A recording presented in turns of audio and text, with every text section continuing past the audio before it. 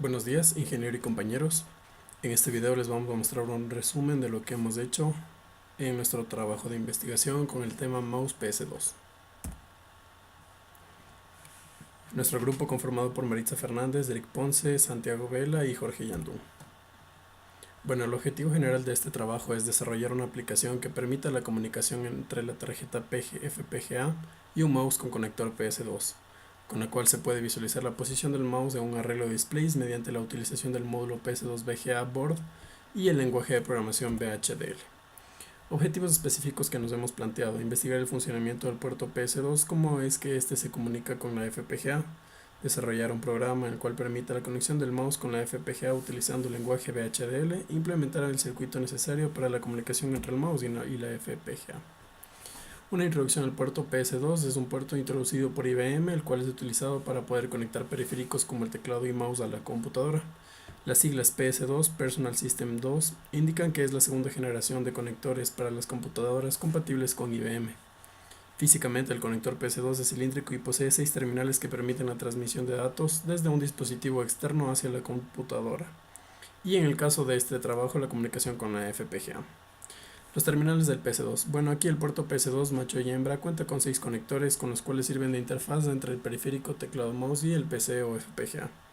Vemos aquí entonces la disposición de los pines, contando desde aquí 1, 2, 3, 4, 5, 6, donde tenemos que el pin 1 es de datos, el 2 es reservado, el 3 es tierra, el 4 es VCC, 5 voltios, el 5 es el clock o reloj y el 6 es reservado, sin conexiones.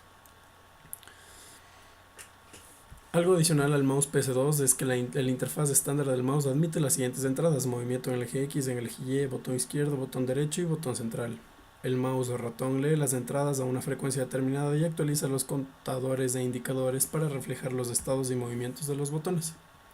En el diseño realizado para el funcionamiento del módulo PS2 para el mouse se usó 4 módulos, los cuales se encuentran implementados dentro de un top llamado mouse principal, como observamos en la siguiente figura. A continuación explicaremos cada clase que se utilizó, empezando por la PS2 RxTX. Esta interfaz establecida es la que combina los subsistemas de transmisión y recepción del módulo PS2. Se utilizan las señales de TX y RX para coordinar las operaciones de transmisión y recepción, en las cuales se da prioridad a la operación de transmisión.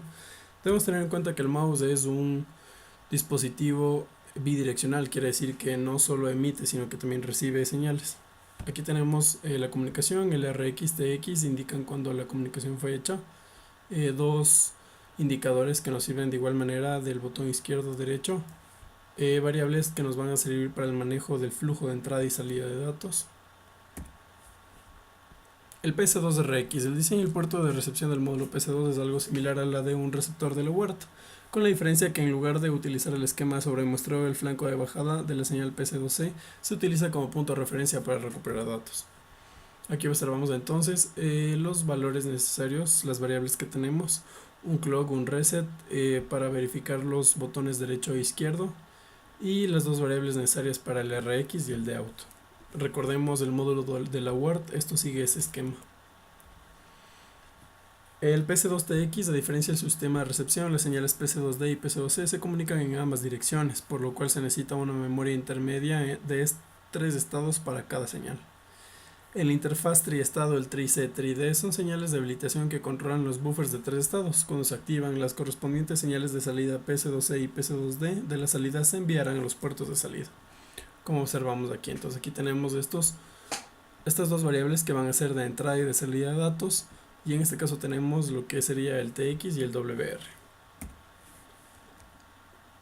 Bueno, el diagrama de bloques de nuestro trabajo: tenemos un mouse a la entrada del módulo PS2. El módulo PS2 entra a la tarjeta FPGA y de la FPGA sale, en este caso, un display, pero bueno, es un arreglo de displays. Tenemos el diagrama esquemático: sí, un mouse principal, la entrada, una entrada de reloj, una entrada de reset y a la salida los displays. El diagrama electrónico: tenemos la FPGA y el arreglo de displays.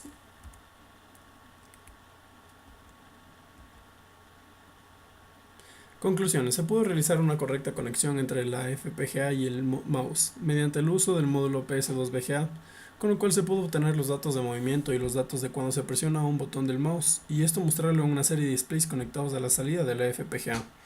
Esto se lo pudo hacer mediante la configuración de los puertos bidireccionales que posee la FPGA, ya que como se explicó en el marco teórico, el mouse es un dispositivo que recibe y envía información hacia el host, en este caso la FPGA. Recomendaciones.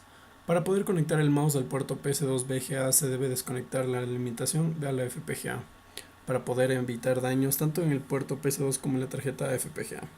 Para poder realizar una mejor programación en VHDL se debe dividir en pequeños módulos la entidad principal, ya que como se vio en clases, hay ciertas sentencias en VHDL que se ejecutan de manera secuencial y otras que se ejecutan de manera concurrente, y esto puede afectar el correcto funcionamiento de la entidad principal. Se debe tomar en cuenta que el código que se encuentra en el libro FPGA Prototyping by VHDL Examples son para la tarjeta Spartan 3D de DigiLent, y para utilizarlos en la tarjeta modular se deben cambiar todos los resets de 1 a 0. Muchas gracias por su atención.